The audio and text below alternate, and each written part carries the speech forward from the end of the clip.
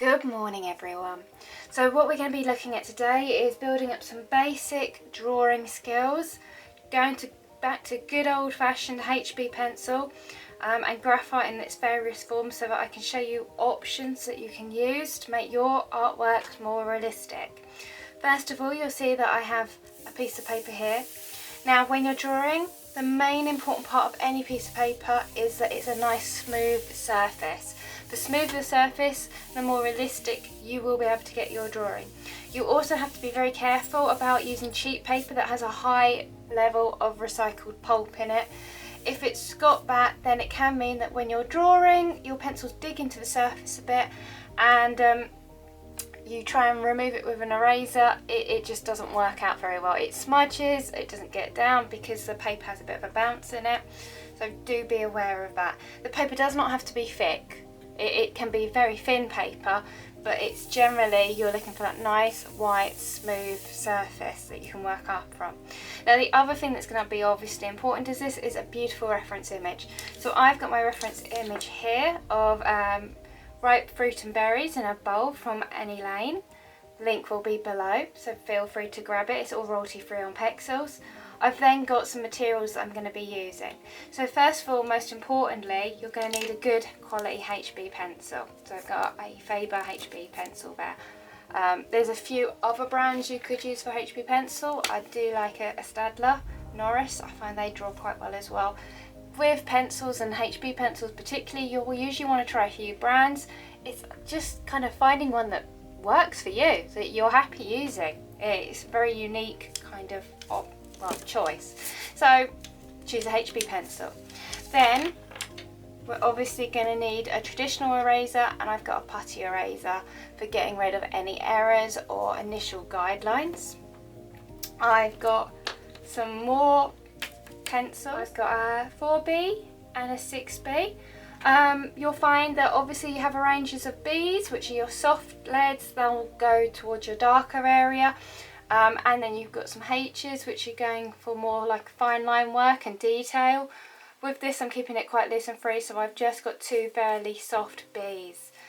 I've also got a graphite stick, so that's a 2B graphite stick.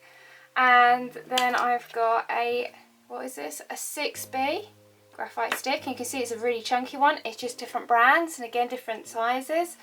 That's a Koi. This is a Faber, and that's a 9B graphite stick.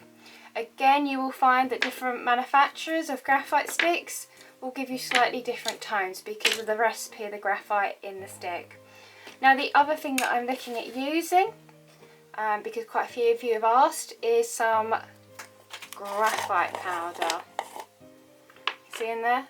And graphite powder is basically the pure graphite form. You can see the graphite that goes through the pencil, or here a whole chunk of graphite in a powder form, and we will go through using that. If you're going to use graphite powder, you will need a brush to apply it, and you'll probably need a nice soft tissue as well, just to smooth it out into the surface.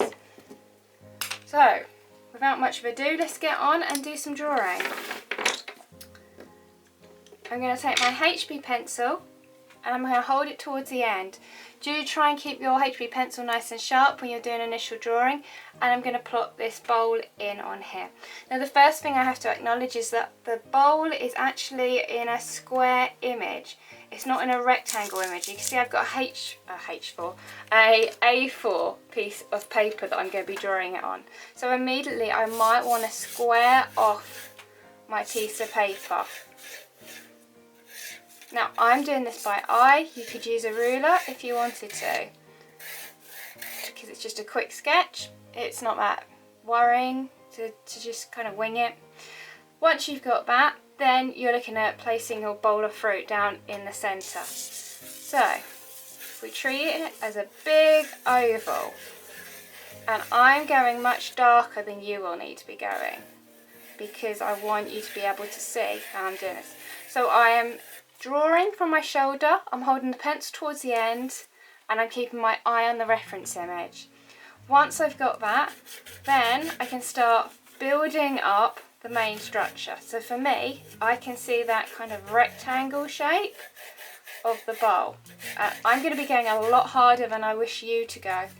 You need to be going a lot softer on these lines. It's purely so that you can see how to work this out.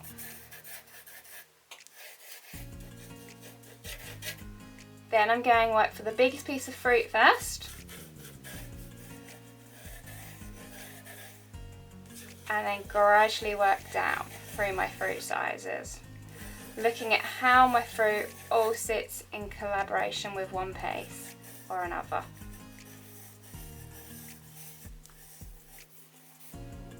So you can see there, very simplistic drawing. Once I've got to this stage, then I need to get my eraser and start taking away all those guidelines and fine-tuning my decisions. With pencil, it's very important that you make decisions. And decisions are generally having one crisp line to represent something. If you've got multiple lines, you'll find that you'll make errors on which edge you need for that accurate drawing. So try and keep your drawing as crisp and clean as possible with lines.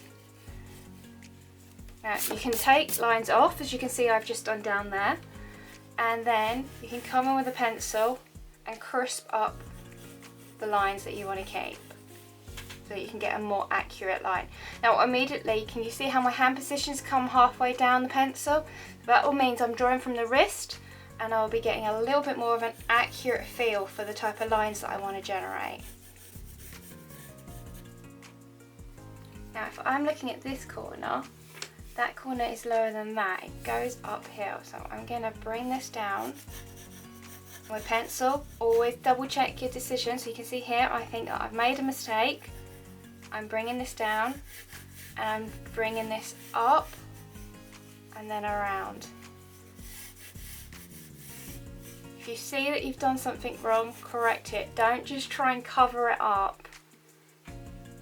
It's better to do this at the early stage, and that's why we haven't invested a huge amount of building up accurate detail at this stage, because you're most likely to be making errors. So that looks better to me. Now immediately that means that my fruit has probably come up a bit higher because I didn't get that corner right. So let's bring down that first piece of fruit, which is kind of here. Remember, I drew that in to start off with. Let's bring that in here and bring that around. Now immediately, if you look at this, I'm looking at the shape of this negative space. Can you see that triangular shape in there? So that means that that piece of fruit then has to come down a bit lower so that I get that triangle shape that matches. The fruit comes beyond the bowl and sticks out. You can see that's coming further outside the bowl. And then it's going to come up. Now I've got a lot of lines going on, and this is what I'm precisely saying you don't need, because it's going to cause confusion and usually poor quality results. So use your eraser and clean up your picture as soon as you're happy with something. And again, I'm looking at this, so you see down here, you see that little corner? You see how that tucks in? It's things like that. Paying attention to the smaller details, which will give you a really good result. And again, I'm removing all the lines that were just giving me a feel for the position and the scale of the fruit, and then I'm coming in once I'm happy with the area and the shape that's correct. And I'm going to repeat that. So also you need to be looking at relationships. If you look at this peach, you see it's sitting slightly lower than this plum. So I know that the plum needs to be up slightly higher. There's also a little bit of fruit that it comes into. So that's going to come into the fruit, which means then it's going to come up into that plum shape. I'm still keeping to relatively simple shapes. I'm not looking too much at lumps and bumps. Generally position and scale, and keeping the simplest forms that I can see to represent those pieces of fruit. Now it can also be wise to put in certain bits of detail if you want, so you can see that arc there, and then you get the stem just coming out here, because if we look at the stem, we've got to come up and then you've got to have the piece of fruit sitting just above that. So again, you know how I said it's all about relationships, looking at the interconnectedness. It's a little bit like quantum physics. Douglas Adams said it quite well. And then you can see my bowl is too wide, so I'm going to be bringing that bowl in. Bringing that bowl up a little bit to really exaggerate that slant. I'm removing my previous lines, because my lines are all guesses. You're basically guessing and guessing until you get it really accurate. That's what a lot of drawing is about. Right, so we've got blueberry sitting in here.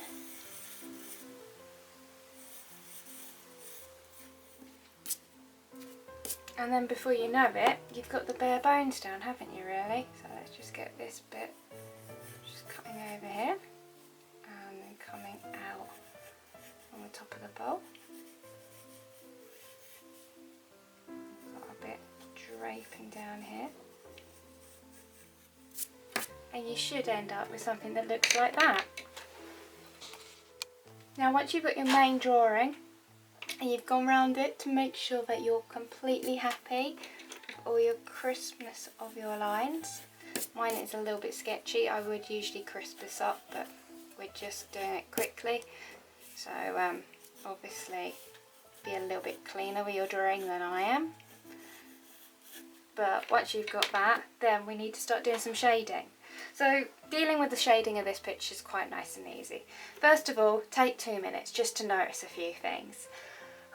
You can see where the highlights are coming, so I got highlights, and the highlights are important. They will make the fruit look curved. So look at the shape of the highlight and how they work across the whole picture, because that will give you the idea of the source of the light.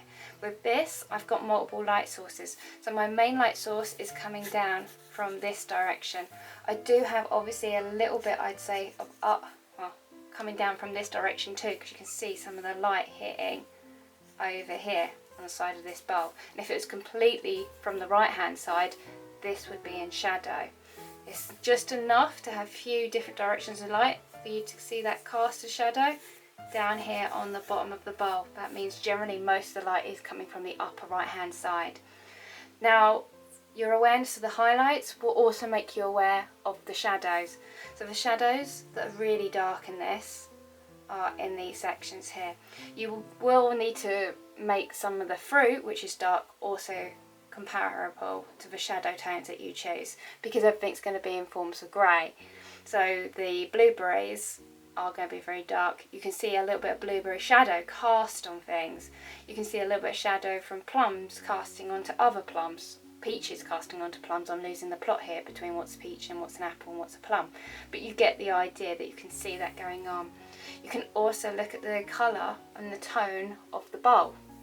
Now with this, you can see this highlight, and it's the bumpiness because it's quite a natural organic type of clay bowl. So you're getting a texture coming through, and it's important that you do draw that shape in, and we shade up to that shape. It's also echoed around the rim of the bowl. So around the rim, can you see that highlight? That's also incredibly important to make it look three-dimensional. Now with something like this, if you're going to be working with pencil, I usually recommend students work all in a HB with the first layer. Graphite sticks well to graphite. If you wanted to, you could come in with a 2B or even a 4B. It's a kind of giving a student who's learning to drive a Maserati, okay? The softer the pencil, the harder it is to control, and the more practice and experience you need to get it correct. Have a go if you want to and play with that. I would not recommend going in with a graphite stick at this stage, but you could go in with graphite powder. Graphite powder does form a really nice base layer. So if you haven't got graphite powder, you should be looking at shading, and if you have got graphite powder, we'll shade up a bit in a minute. So if I do a few different pieces of fruit in different ways, that should help you. First of all, if I'm using a pencil, I'm going to just choose one piece of fruit to work at a time. So I'm going to use this one up here. Now my pencil needs to be nice and sharp. This is a little bit blunt. I would normally recommend that you sharpen that to a much higher level. So I've quickly sharpened my pencil. Now my sharpener is a little bit blunt, so it does look like a shark has been gnawing on my pencil, but it gives you the idea. You can see how sharp the end of the pencil needs to be. Now what you can do, if you have very strong highlights on it, you can take your pencil and you can basically draw the shape of the highlight. Now I'm going to draw mine darker than you should. You should have it quite light, just because I want you to be able to see it on the camera.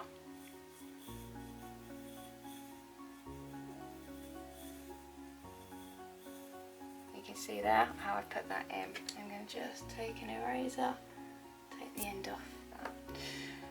Now once I've got that, that means that I need to shade up to that boundary line. It gives me a little bit more of a guide. Okay, so hold the pencil so that you're using much more of the underside. You're going to either be at the end, or you might want to, some people like to hold it quite low. Your pencil line should be wrapping around the contour of the form that you're trying to shade. The main problem I have with students and shading is that they don't have close enough lines. So when you're shading like I'm doing here, you can see that it's constructed of lots of lines because you can see bits of the paper coming through in a linear way. You do want to try and shade it so that you don't have a sudden jump in tone, but it generally gets nice and smooth and transitions quite easily. You can always make it darker and you can always make it lighter. It's not a problem with pencil work. If you make something darker, generally it'll throw the lighter form forward towards the viewer.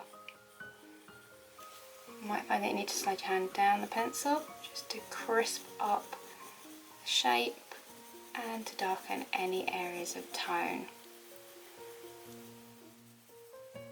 With your highlights, try to go around the edge and just fuzz them so they're not too crisp. See how my pencil is wrapping around the contours and that I'm going over it, so I go one way, shading, then I go back over those pencil lines. I'm being very gentle on the downward pressure and I'm just working back to cover the paper evenly of that tone. Pencil work is generally very labour intensive and takes a decent amount of time. It's wise to do it on something small just to get a feel for it for a while before you go into anything big. And we're going to make this darker as we go up through our graphites, but generally we're getting the right tone in here, just like so. What you can do, if you want, you can use your eraser to exaggerate any highlights that you might have ended up overworking. You can also take a tissue, just fold it down into a little piece, and you can use that just to smudge out the graphite and give you a little bit more of an even coverage that you're going to work up from. Graphite's quite a nice medium, it'll move fairly freely. Bring in that highlight a little bit more. Bring that around there a little bit more. Now I'm going to smooth it out so it looks much more natural. So once I've done that, and I would do this across the whole picture, I could then jump up to like a 4B. This is a slightly stronger pencil, and I can push my darker shades even more. Can you see how quickly that goes a lot darker on this piece of fruit? Now if you look on the plum, you can see that there's a few little water droplets or speckles on it.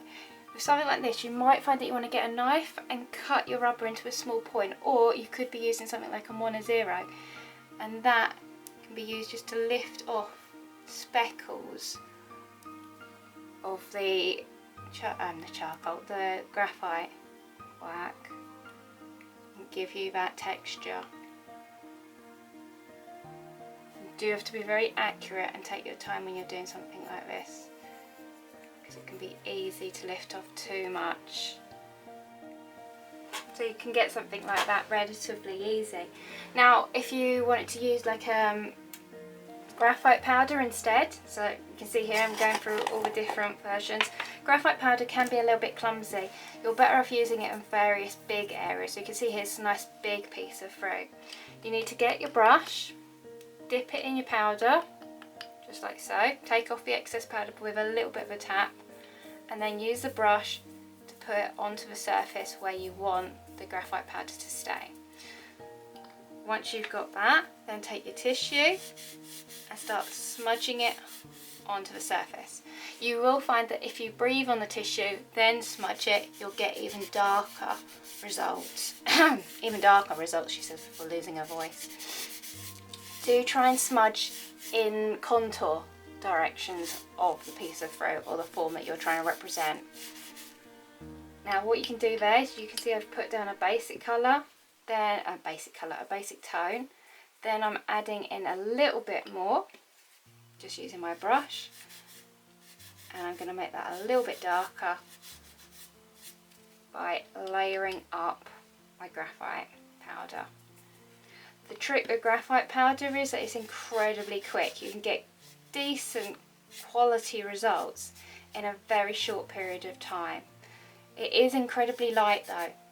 You will find that it can go a bit everywhere.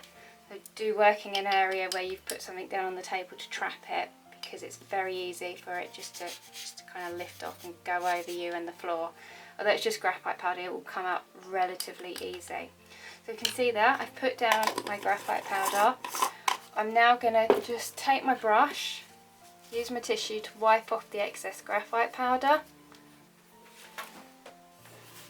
Then I'm just going to brush off that powder. It's a little bit too much.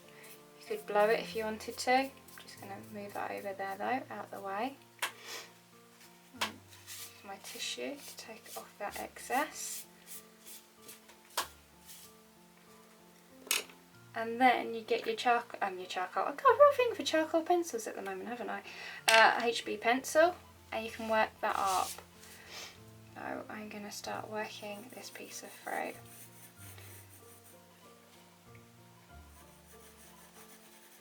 And I'm just working with HB. If you go in with a very dark pencil, it can be very hard to lift off areas if you've decided you've gone too dark. So be aware and be careful. It's always better to be slightly apprehensive with your tones and make sure that you're happy with them. To lift off the graphite powder, you can use either a putty rubber or a traditional rubber. Both will do the job. But when you start applying with a bit of pencil work, it can be harder to lift it off the surface because of the downward pressure of it marking the paper. You can see here I'm trying to work around the contours, and there's a little bit of shadow kind of coming over here. Now what you can do as well is you can always get your tissue and get a fresh piece of tissue, or you're going to start cross-contaminating things. Fold it around and apply a little bit of downward pressure, and that will smooth out any pencil work as well into that graphite powder layer. If I take my putty rubber, if I can find it, where did I put the putty rubber? Let's use that bit. And shape it. So that's the perk with the putty rubbers, that you can shape it. But remember that putty rubbers will put the graphite back down if you don't keep needling it. So you can use that to generate your highlights. You can take that off, as you can see I've done there, and then you might want to take a tissue and smooth out the transition between light and dark.